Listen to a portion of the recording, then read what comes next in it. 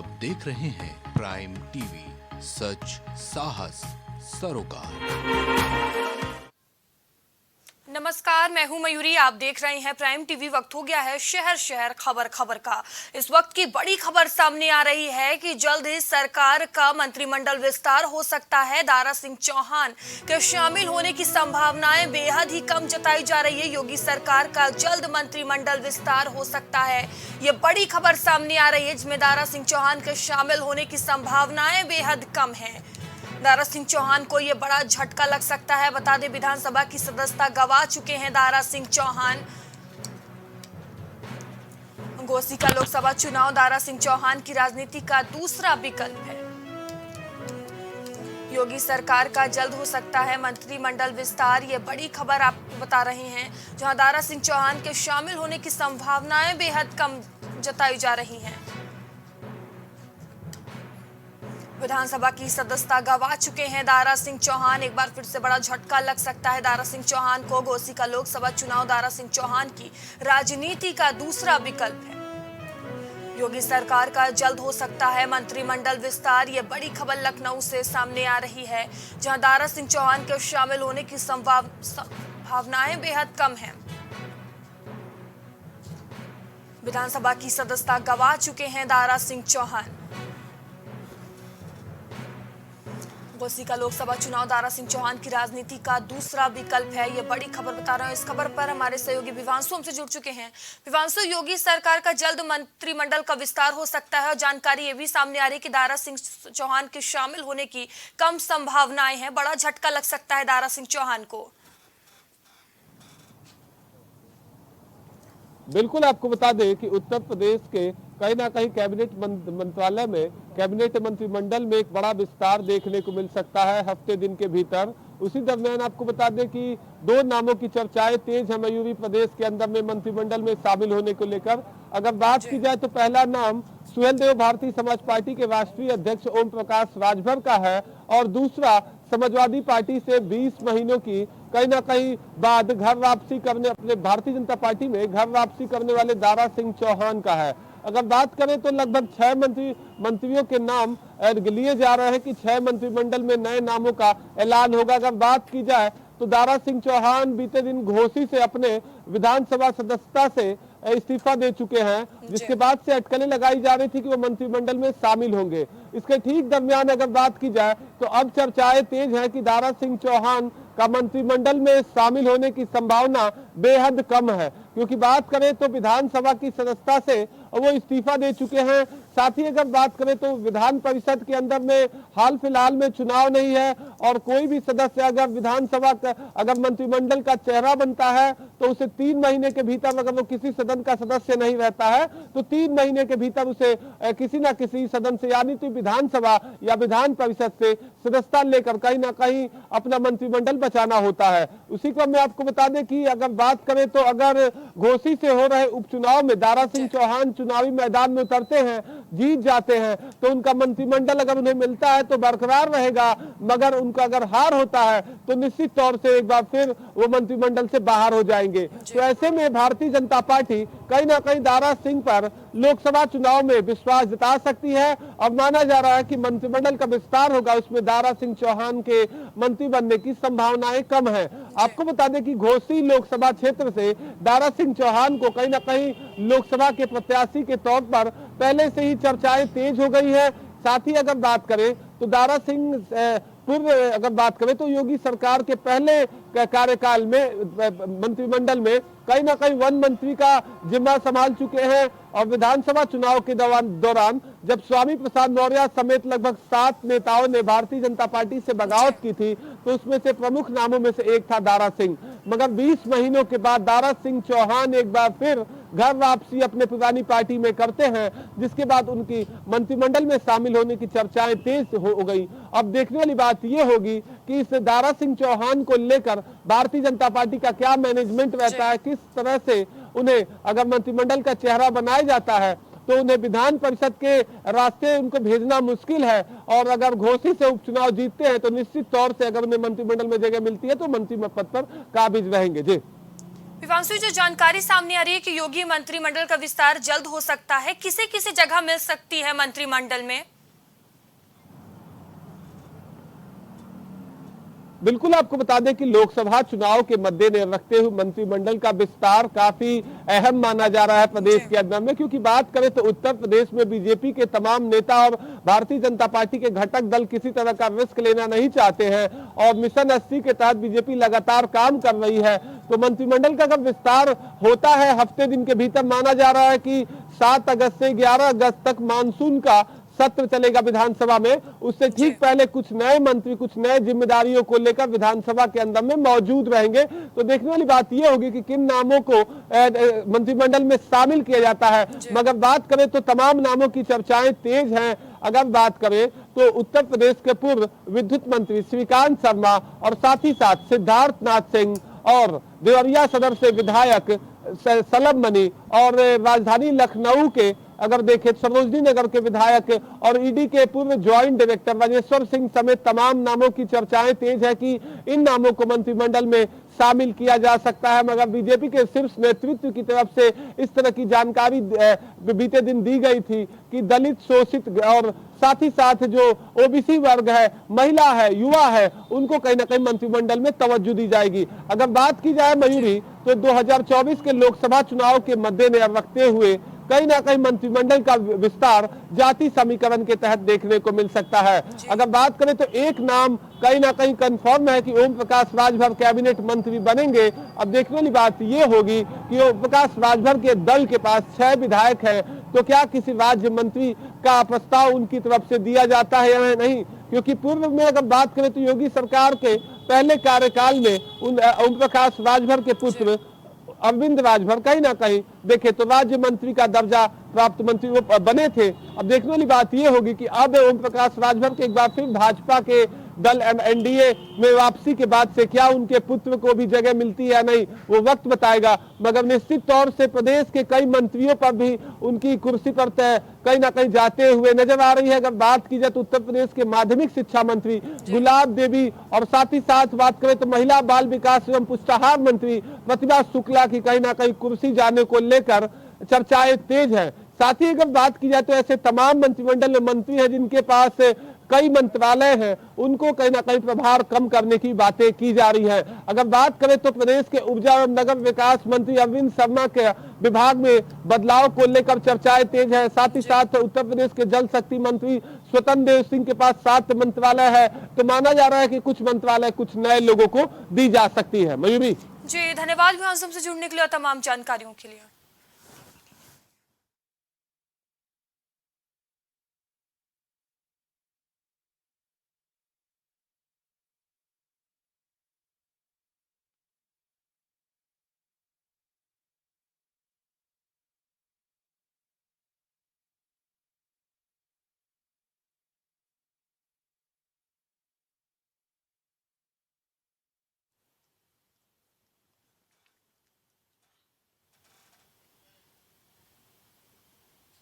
UP में लोकसभा चुनाव की तैयारियों में बीजेपी जुट चुकी है, जहां राजनीति के मुताबिक बीजेपी 8 लाख लोगों को ट्रेनिंग देने की तैयारी में है। वहीं 80 सीटों पर विस्तारक तैयार करने के लिए मिशन मोड में काम किया जा रहा है। बता दें कि नगर निगम से लेकर नगर पंचायत में ये ट्रेनिंग दी जाएगी। जनता से ज्यादा जुड़ने के लिए ट्रेनिंग दी जाएगी। जिला अध्यक्ष सम्मेलन के साथ ट्रेनिंग की भी शुरुआत होगी, जहां 5 और 6 अगस्त को गाजियाबाद में नेताओं की ट्रेनिंग होगी। 7 और 8 अगस्त को 67 जिलों में पंचायत अध्यक्षों की ट्रेनिंग होगी। इसके अलावा 12 और 13 अगस्त को अयोध्या में अवध क्षेत्र के कार्यकर्ताओं और नेताओं की ट्रेनिंग होगी। 19 और 20 अगस्त को गोरखपुर क्षेत्र में ट्रेनिंग होगी। वहीं 21 अगस्त को वाराणसी में काशी के सदस्यों को भी ट्रेनिंग दी जाएगी।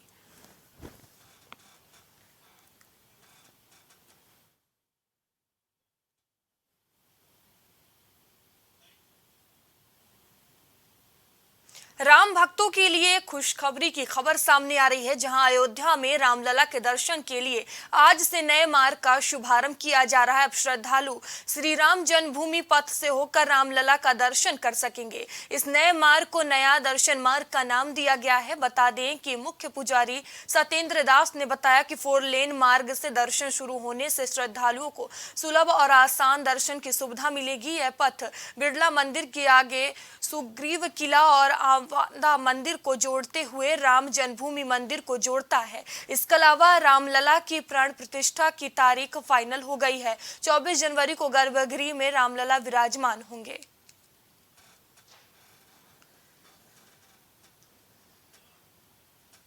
बता दें, रामलला दर्शन का नया मार्ग शुरू होगा, जिसको लेकर पूरी तैयारियां कर ली गई हैं। अयोध्या में दर्शन मार्ग का शुभारंभ किया जा रहा है। कहीं ना कहीं ये भक्तों के लिए अच्छी सौगात है। आज से श्री राम जन्मभूमि पथ खुल जाएगा।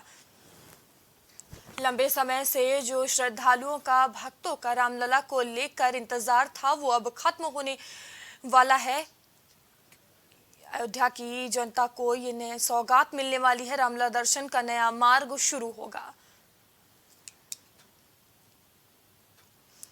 बता दें, राम भक्तों के लिए खुशखबरी भरी खबर सामने आई है, जहां अयोध्या में रामलला के दर्शन के लिए आज से नए मार्ग का शुभारंभ किया जा रहा है।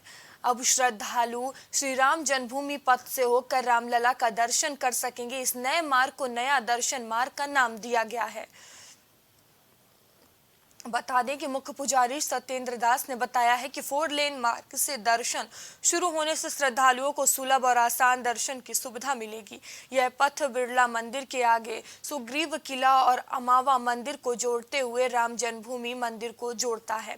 तो बता दें कि अयोध्या में ये बड़ी सौगात मिलने जा रही है। जो भक्तों की लंबी समय से इंतजार था, वो अब इंतजार खत्म होने वाला है, क्योंकि आज से श्री राम जन्मभूमि पथ खुल जाएगा।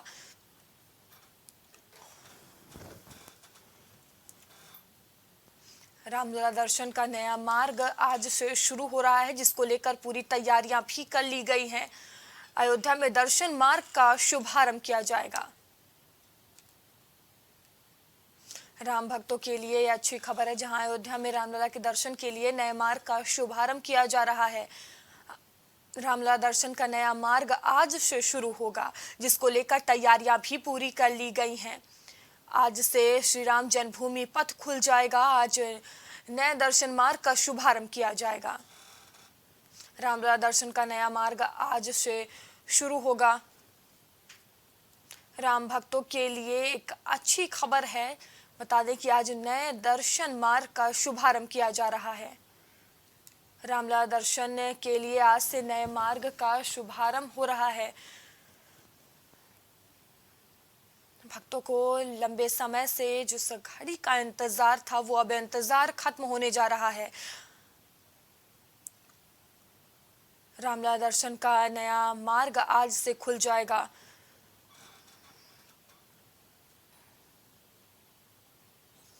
राम भक्तों के लिए खुशखबरी भरी खबर है। बता दें कि अयोध्या में रामलला दर्शन के लिए आज से नए मार्ग का शुभारंभ किया जा रहा है। अब श्रद्धालु श्री राम जन्मभूमि पथ से होकर रामलला के दर्शन कर सकेंगे। बता दें कि आज रामलला दर्शन का नया मार्ग शुरू हो रहा है आज से, जिसको लेकर तैयारियां भी पूरी कर ली गई हैं। जिसका लंबे समय से इंतजार था, वो अब इंतजार खत्म होने वाला है। राम भक्तों के लिए ये अच्छी खबर है। आज से श्री राम जन्मभूमि पथ खोला जा रहा है। और इस खबर पर हमारे सहयोगी विवेक हमसे जुड़ चुके हैं। विवेक, देखिए, राम भक्तों के लिए अच्छी खबर है। अयोध्या में रामलला के दर्शन के लिए आज से नए मार्ग का शुभारंभ किया जा रहा है। क्या कुछ पूरी जानकारी? जी देखिए, जिस तरीके से राम जन्मभूमि का निर्माण कार्य उत्तर प्रदेश में काफी जोर शोर से हो रहा है, और राम जन्मभूमि ट्रस्ट के जो कर्ता धर्ता चंपत राय हैं, वो इस निर्माण कार्य से जुड़ी हर एक जानकारी मीडिया से साझा भी कर रहे हैं।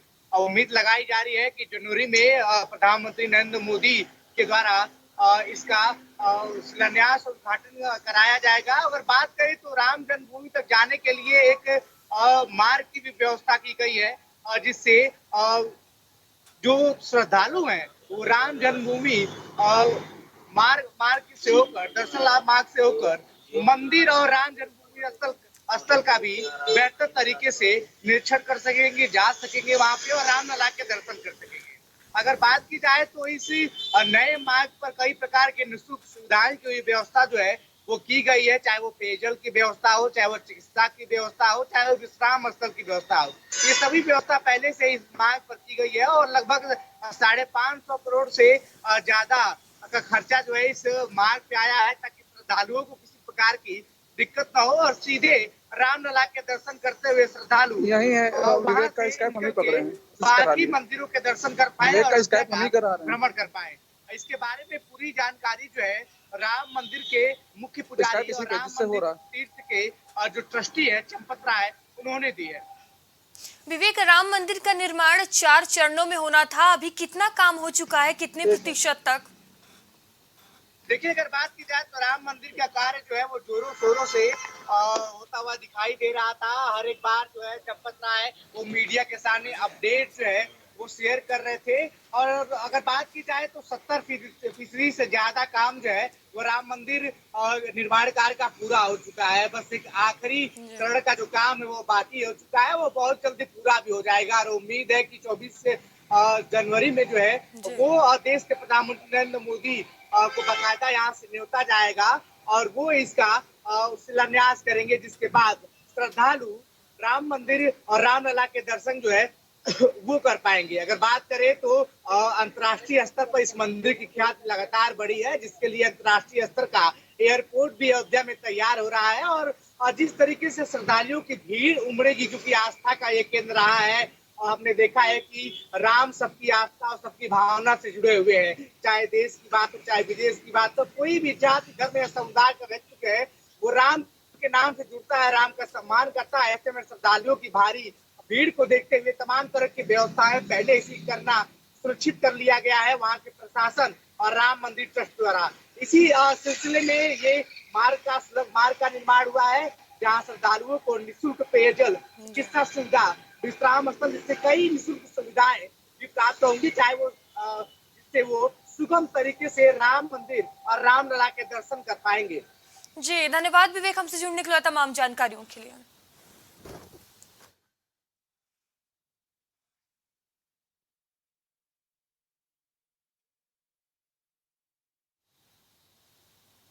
माफिया अतीक अहमद के वकील विजय मिश्रा को प्रयागराज पुलिस ने शनिवार रात लखनऊ के विभूति खंड में होटल हयात रेजेंसी के पास से गिरफ्तार किया है। 3 गाड़ियों से पहुंची पुलिस के इस दौरान विजय मिश्रा और उनके दोस्तों से नोकझोंक भी हुई है। विजय मिश्रा पर फ्लाईवुड के एक कारोबारी मोहम्मद सईद को अतीक और अशरफ के नाम पर धमकी देने के आरोप में FIR दर्ज है। गौरतलब है कि विजय मिश्रा, अतीक अहमद और उनके परिवार के सदस्यों का केस हाई कोर्ट और डिस्ट्रिक्ट कोर्ट में लड़ रहे थे। करीब 2 महीना पहले अधिवक्ता विजय मिश्रा का एक ऑडियो वायरल हुआ था, जिसमें विजय मिश्रा फ्लाईवुड के कारोबारी मोहम्मद सईद को अतीक और अशरफ के नाम पर धमकी दे रहे थे। इस मामले में पुलिस ने विजय मिश्रा के खिलाफ FIR दर्ज की थी। विजय मिश्रा के खिलाफ 3 करोड़ की रंगदारी मांगने का अतरसुया थाने में केस दर्ज हुआ है। आज दिनांक 30/7/23 को थाना दुगनगंज पुलिस टीम के द्वारा अधिवक्ता उमेश पाल हत्याकांड में वांछित अभियुक्त विजय मिश्रा को गिरफ्तार कर लिया गया है और इसमें पुलिस के द्वारा अग्रिम वैधानिक कार्रवाई की जा रही है।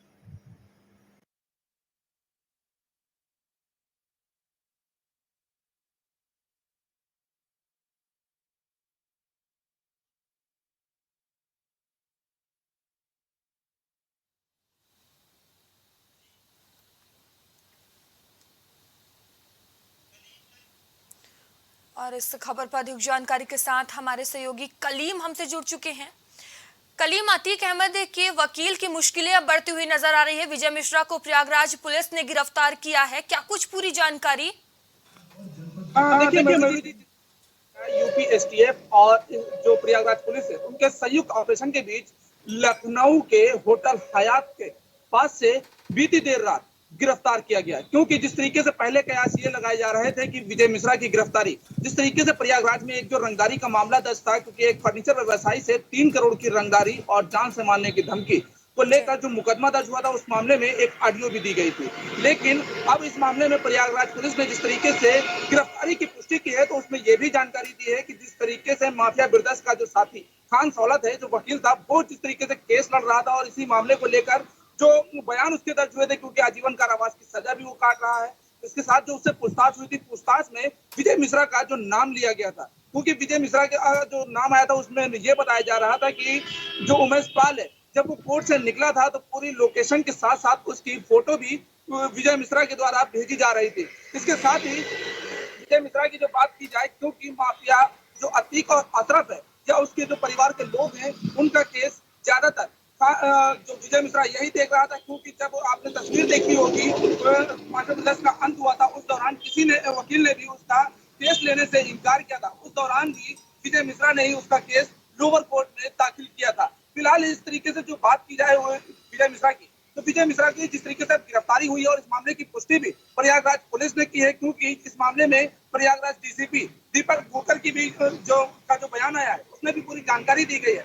अब देखना ये होगा कि जिस तरीके से उमेश पाल हत्याकांड के मामले में माफिया बिरदस का अंत हो गया, लेकिन जो उनके गुर्गे हैं वो लगातार काफी सक्रिय नजर आ रहे थे। उसी मामले में विजय मिश्रा भी लगातार उनका ही नाम लेकर लोगों को धमका रहा था, क्योंकि इसी धमकी का जो ऑडियो सामने आया था, उस ऑडियो में साफ तौर से देखा गया था कि जो फर्नीचर व्यवसायी है उसको विजय मिश्रा के द्वारा साफ धमकाया जा रहा है। उसमें साफ तौर से कहा जा रहा था कि 3 करोड़ की रंगदारी दो, नहीं तो जान से हाथ धो बैठोगे। क्योंकि ये जो रंगदारी का मामला आया था उससे पहले ही 1 लाख से अधिक का जो सामान था वो फर्नीचर की दुकान से बोला गया था, और जब उसने रकम मांगी थी उसके बाद से इस तरीके की धमकी दी गई थी। फिलहाल अब देखना ये होगा मयूरी जी कि जिस तरीके से विजय मिश्रा की जो गिरफ्तारी हुई है, क्योंकि खान सौलत तो पहले से ही आजीवन कारावास की सजा काट रहा है, और इस मामले में जिस तरीके से ये फरार चल रहा है, क्योंकि प्रयागराज पुलिस काफी समय से इसकी तलाश कर रही थी, लेकिन जब उसकी गिरफ्तारी नहीं हो पा रही थी तब उसने एसटीएफ से भी सहायता मांगी थी, जिसमें एसटीएफ ने उसकी लोकेशन ट्रेस की तो लोकेशन लखनऊ के हयात होटल के पास पाई गई थी। जिस दौरान उसकी गिरफ्तारी हुई उस दौरान ये बताया जा रहा है कि विजय मिश्रा अपने दोस्तों के साथ पार्टी कर रहा था। उसी दौरान जब एसटीएफ की टीम मौके पर पहुंची और उसको बातों में उलझाकर गाड़ी तक ले गई और जब गाड़ी में बैठा रही थी, उस दौरान विजय मिश्रा और उसके दोस्तों की पुलिस और एसटीएफ से काफी नोकझोंक भी हुई। लेकिन अगर इस मामले में सूत्रों के द्वारा जो जानकारी मिल रही है, वो जानकारी ये मिल रही है कि विजय मिश्रा जिस अपने मित्र अजय के साथ लखनऊ में रुका हुआ था, वो अजय वाराणसी से लखनऊ आया था और लखनऊ के हयात होटल में ही कमरा बुक करके ठहरा हुआ था, और वहीं पर लगातार पार्टी हो रही थी, और उसी पार्टी के बीच जब लोकेशन ट्रेस हुई तब ये गिरफ्तारी हुई। लेकिन जो होटल का नाम है वो होटल का नाम अभी तक खोला नहीं गया है। बस ये बताया गया है कि एक जो स्टार होटल है उसमें लगातार ये पार्टी कर रहा था, उसी दौरान इसकी गिरफ्तारी हुई है। लेकिन अब गिरफ्तारी के बाद देखना ये होगा कि विजय मिश्रा की जो मुश्किलें हैं वो कितनी बढ़ेंगी, और जो इसके ऊपर जो और मामले दर्ज है वो मामलों में और क्या कुछ कार्रवाई होगी, क्योंकि क्या इस पर भी एक बड़ी कार्रवाई करते हुए जो सजा होगी वो सुनाई जाएगी। फिलहाल अब निगाह पूरी तरीके से उमेश पाल हत्याकांड और माफिया बिरदस अतीक के अंत से जुड़े होने के साथ साथ जो माफिया बिरदस के गुर्गे हैं उन पर भी लगातार निगाह पुलिस कर्मी बनाए हुए हैं, क्योंकि अगर इस तरीके की जो रंगदारी मांगने के मामले सामने आ रहे हैं तो जाहिर सी बात है उसमें भी कार्रवाई की जाएगी, और इसी के तहत कलीम, इस मामले में यूपी पुलिस का पहला बयान सामने आया है, उस बयान में क्या कुछ कहा गया है? देखिए, जो बयान सामने आ रहा है उस बयान में ये कहा जा रहा है कि जो खान सौलत है, जो आजीवन कारावास की सजा जेल में काट रहा है, जब उसको रिमांड पर लिया गया था, रिमांड पर लेने के दौरान जो उससे पूछताछ हुई थी तो पूछताछ में विजय मिश्रा का नाम लिया गया था, क्योंकि कोर्ट से जब उमेश पाल निकला था तो उसकी फोटो के साथ साथ उसकी लोकेशन को भी शेयर किया गया था, और उस लोकेशन और फोटो को शेयर करने वाला कोई और नहीं विजय मिश्रा ही था। फिलहाल अब जिस तरीके से जो गिरफ्तारी हुई और इस मामले में जो पुलिस की तरफ से बयान दिया गया वो बयान भी इसी मामले को दिया जा रहा है, क्योंकि पहले जो बयान था वो बयान कहा यह जा रहा था कि रंगदारी के मामले में इसकी गिरफ्तारी हुई, क्योंकि उस मामले में ये फरार चल रहा था। फिलहाल अब जो इसके ऊपर जो मामले दर्ज है उन मामले को लेकर के दोनों ही कनेक्शन साफ जोड़े जा रहे हैं, क्योंकि जिस तरीके से विजय मिश्रा की बात की जाए तो विजय मिश्रा माफिया अतीक अहमद का काफी करीबी भी माना जा रहा है। जी धन्यवाद कलीम, हमसे जुड़ने के लिए, तमाम जानकारियों के लिए।